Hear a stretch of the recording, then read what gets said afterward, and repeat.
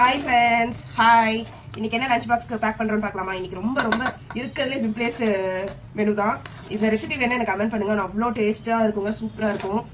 இதை மட்டும் நீங்கள் மிஸ் பண்ணிடவே கூடாது. உங்களுக்கு இதை செஞ்சு சாப்பிட டைம் இருந்ததுன்னா வெறும் 10 நிமிஷம் தான். சாப்பாடு மட்டும் இருந்ததுன்னா போதும். கத்திரிக்காய், பூண்டு, வரமிளகாத்தூள், இவ்வளோதாங்க இந்த விஷயமே. ஆனால் அவ்வளோ டேஸ்ட்டாக அல்லுங்க. வாங்க இதை பேக் பண்ணிடலாம். நாங்கள் எவ்வளோ அழகாக உதவியாக இருக்குன்னு கத்திரிக்காய் சாதம் தாங்க. இதை விட சிம்பிளான டிஷ் நீங்கள் எதுவுமே பண்ண முடியாது.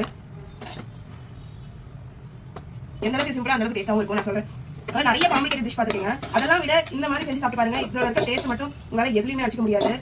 உண்மையாலுமே தான் சொல்கிறேன். நீங்கள் ஒத்துக்கிறீங்களா இல்லையா எனக்கு கமெண்ட் பண்ணுங்க. உண்மையாலுமே எனக்கு கமெண்ட் பண்ணுங்க.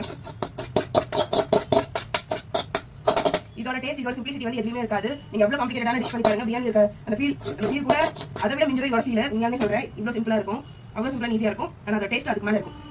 இதெல்லாம் யாரையும் ஒத்துக்கிறீங்கன்னு கமெண்ட் பண்ணுங்க. பேக் பண்ணியாச்சு. இது பிரேக்ஃபாஸ்ட்டுக்கு, இது என் லஞ்சுக்கு. இந்த வீடியோ பிடிச்சிருந்தா லைக் பண்ணிக்கோங்க, ஃபாலோ பண்ணிக்கோங்க, மறக்காம சப்ஸ்கிரைப் பண்ணிக்கோங்க. அப்போ தான் மேலும் மேலும் என் வீடியோ உங்களுக்கு வரும். தேங்க்யூ ஃபார் வாட்சிங். பாய்.